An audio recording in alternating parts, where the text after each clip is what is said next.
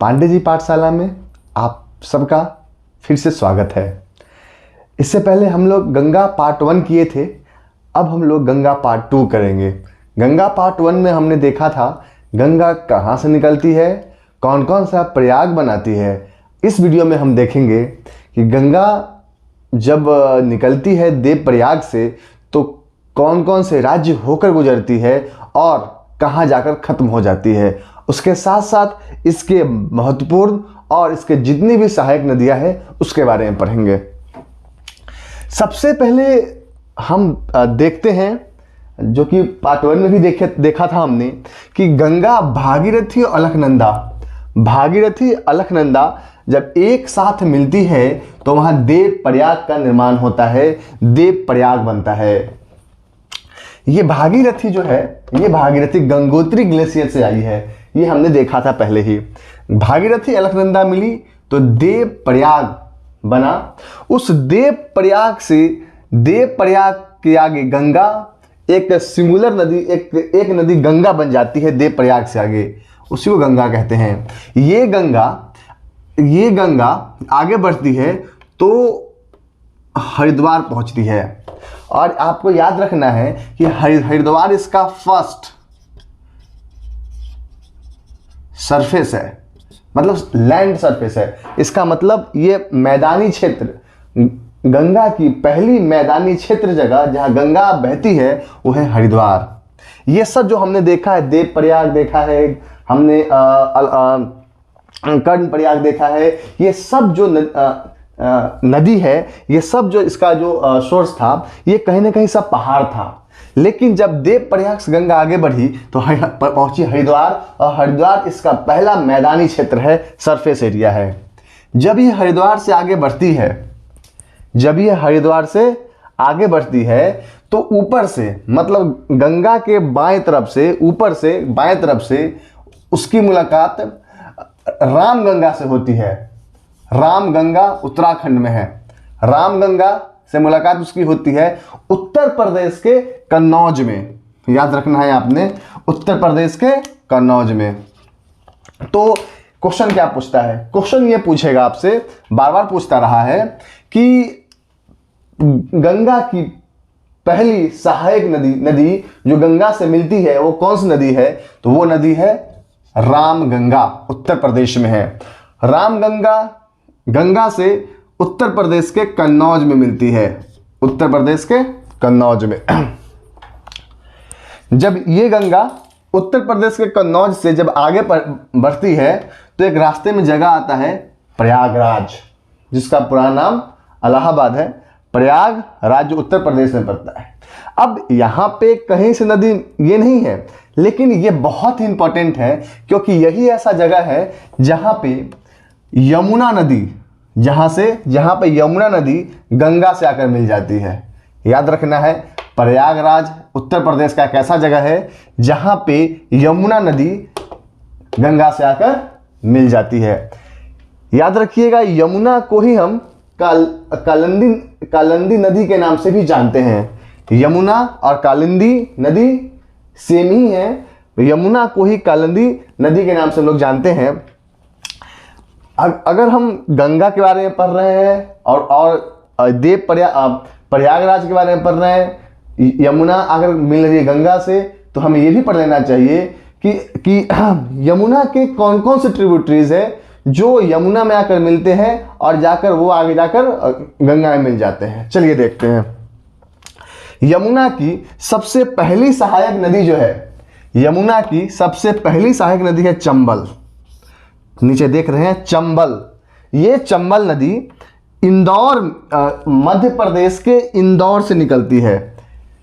यमुना की पहली सहायक नदी चंबल है, मतलब यमुना की पहली फर्स्ट ट्रिब्यूटरी जो है वो चंबल है, जो मध्य प्रदेश के इंदौर से जाकर यमुना में मिल जाती है।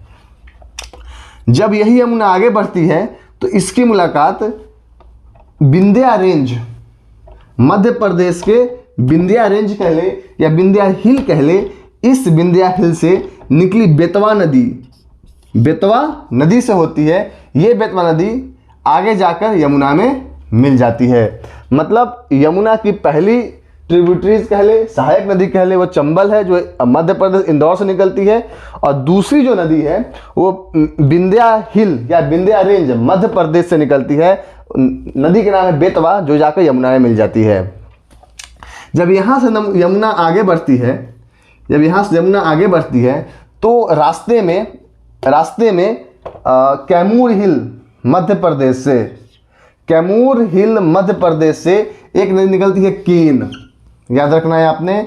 जब यमुना बेतवा के पानी को लेकर आगे बढ़ती है तो इसकी मुलाकात आगे मध्य प्रदेश के कैमूर हिल से निकले के नदी से होती है, और ये के नदी जाकर यमुना में मिल जाती है। तो हम कह सकते हैं कि फिर ये जो यमुना है, ये यहाँ से निकली यमुना, ये जाकर प्रयागराज में गंगा से मिल जाती है।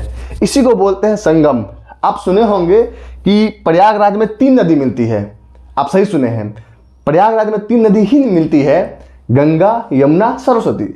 लेकिन गंगा यमुना एग्जिस्ट कर रही है, बहती है, लेकिन सरस्वती एग्जिस्ट नहीं करती है। अब मतलब हम कह सकते हैं एक्सटिंक्ट कर गई है, विलुप्त हो गई है, क्योंकि अपर सरफेस पे, मतलब जैसे नदी बहती है सरफेस पे, सतह पे बहती है, सरस्वती को कई एक जमाना हो गया देखा हुआ कि वो सरफेस में नहीं बह रही, लेकिन फिर भी वेदों पुराणों में ये लिखा हुआ है, इसलिए हम लोग आज भी इसको पढ़ते हैं कि इलाहाबाद में, उत्तर प्रदेश के इलाहाबाद जो नदी गंगा यमुना मिलती है, उसके साथ साथ वहाँ पे सरस्वती भी मिलती है। लेकिन सरस्वती जो नदी है उसका पानी और वो नदी अब दिखती नहीं है, और ऐसा माना जाता है कि वो धरती के नीचे से बह रही है।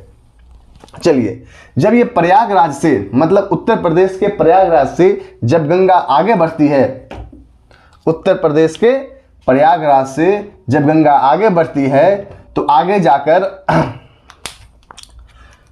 उत्तर प्रदेश के पीलीभीत जिले में, उत्तर प्रदेश के पीलीभीत जिले में एक लेक है फुलहर लेक। जब गंगा प्रयागराज से आगे बढ़ती है तो उसकी जब गंगा जो है प्रयागराज से आगे बढ़ती है तो उत्तर प्रदेश के पीलीभीत जिले से, पीलीभीत जिले में एक फुलहर झील है, उस फुलहर लेक से, मतलब झील से एक नदी निकलती है, गोमती नदी। याद रखिएगा, प्रयागराज से जब गंगा आगे बढ़ती है तो उत्तर प्रदेश के पीलीभीत जिले से, पीलीभीत जिले में एक लेक है, झील है, फुलहर लेक, फुलहर झील, फुलहर लेक, वहां से निकलती है नदी जिसका नाम है गोमती। और आपको याद कर लेना चाहिए, ये जो गोमती नदी है, ये जो गोमती है वो लखनऊ, मतलब लखनऊ जो शहर है गोमती नदी के किनारे ही बसा हुआ है। तो ये गोमती नदी आकर मिल जाती है गंगा से उत्तर प्रदेश के गाजीपुर में, उत्तर प्रदेश के गाजीपुर में गोमती नदी आकर गंगा से मिल जाती है। अब ये गंगा उत्तर प्रदेश को छोड़कर, अब ये गंगा उत्तर प्रदेश को छोड़कर बिहार में एंट्री कर जाती है, बिहार में चली जाती है, उत्तर प्रदेश होते हुए बिहार चली जाती है। बिहार में नेपाल से निकली 2 नदी, बिहार में नेपाल से निकली 2 नदी, कर्नाली और काली। बिहार में जब गाजीपुर से आगे बढ़ती है गंगा तो नेपाल से निकली 2 नदी, काली और कर्नाली, काली और कर्नाली गंगा में आकर मिल जाती है बिहार के छपरा में, बिहार के छपरा में।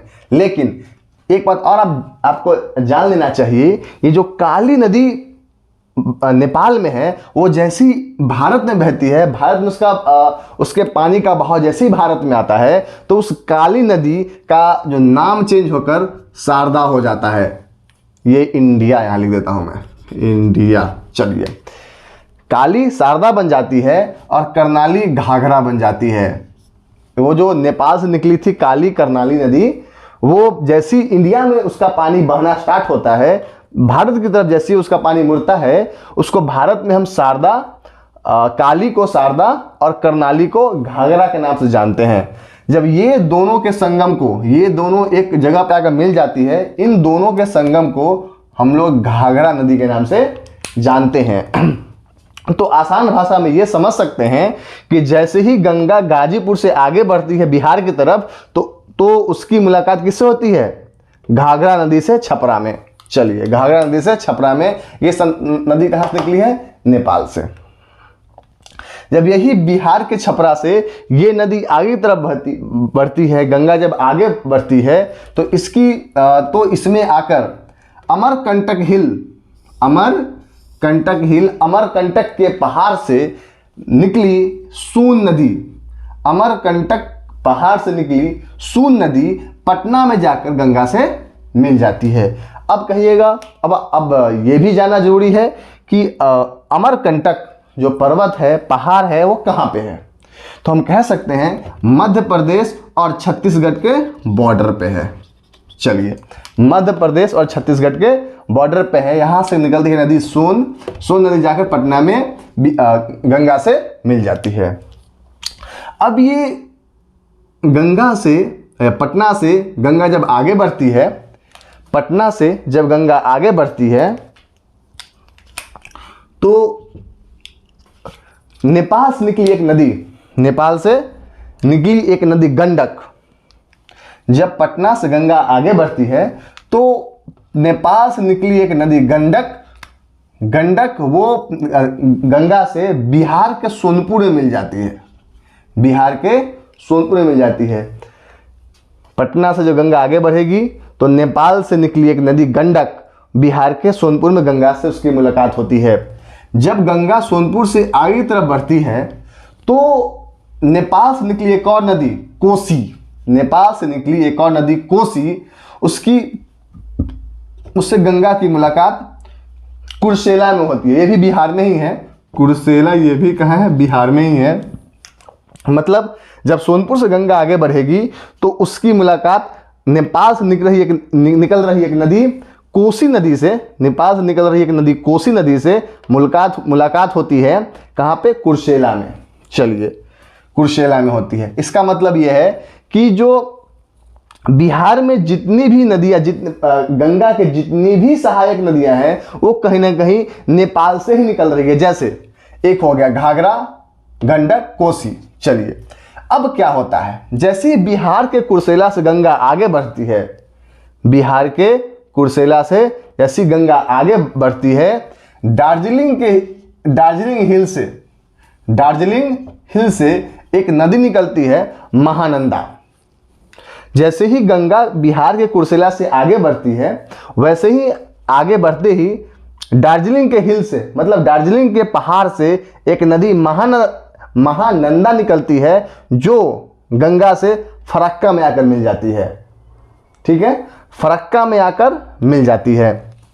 फिर वहां से फरक्का में जैसे ही वो मिलती है, वहां से गंगा एक शार्प टर्न लेकर, एक बहुत घुमाव लेकर नीचे की तरफ आ जाती है, और नीचे की तरफ आके वो दो भाग में बढ़ जाती है। यहाँ पे दो भाग में आकर बढ़ जाती है।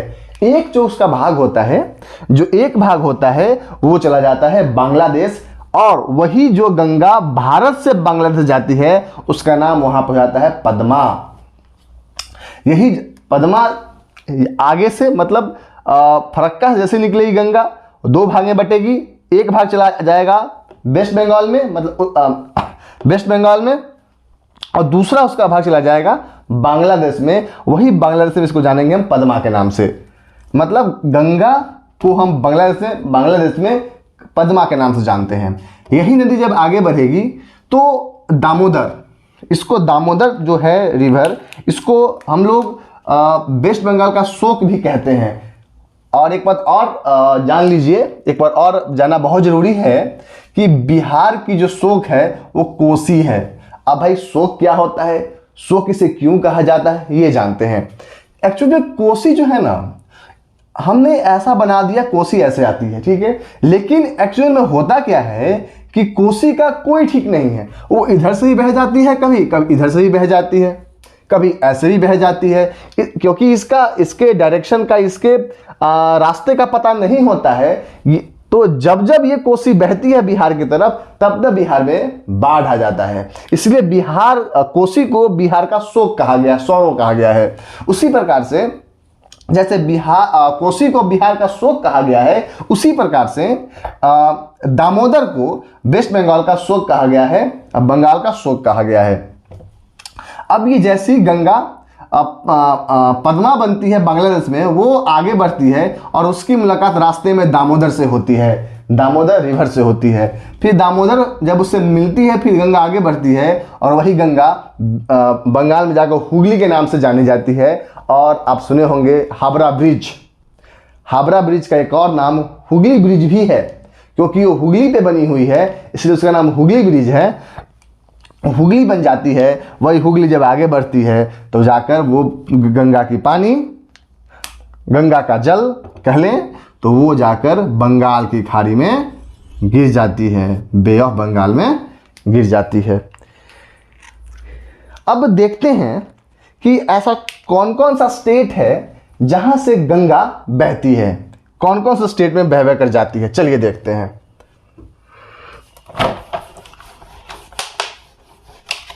चलिए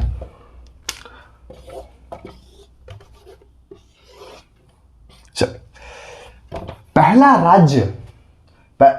राज्य जहां पे गंगा, जहां से गंगा शुरुआत होती है गंगा की, वो राज्य का नाम है उत्तराखंड। उत्तराखंड के बाद ये गंगा पहुंचती है उत्तर प्रदेश।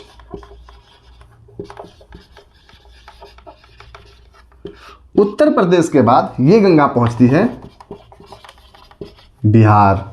बिहार के बाद ये पहुंचती है झारखंड। अब हम लोग यही पढ़े हैं, सब लोग यही पढ़े थे कि आप लोग भी यही जानते होंगे कि गंगा झारखंड में नहीं बहती, लेकिन एक जगह है ना, उस जगह का नाम है साहिबगंज। साहिबगंज एक्चुअल में बॉर्डर ही कह लें इसको, झारखंड और वेस्ट बंगाल का बॉर्डर ही कह लें, बिहार का ही बॉर्डर कहलाता है ये। साहिबगंज से छोटा सा टर्न लेकर गंगा झारखंड के लगभग 40 किलोमीटर रेंज को कवर करती है। मतलब झारखंड में गंगा 40 किलोमीटर तक बहती है। झारखंड के बाद वेस्ट बंगाल, है ना, पश्चिम बंगाल। पहला राज्य उत्तराखंड, उत्तर प्रदेश, बिहार, झारखंड, वेस्ट बंगाल। मतलब चलिए आज गंगा पार्ट 2 हमने बता दिया।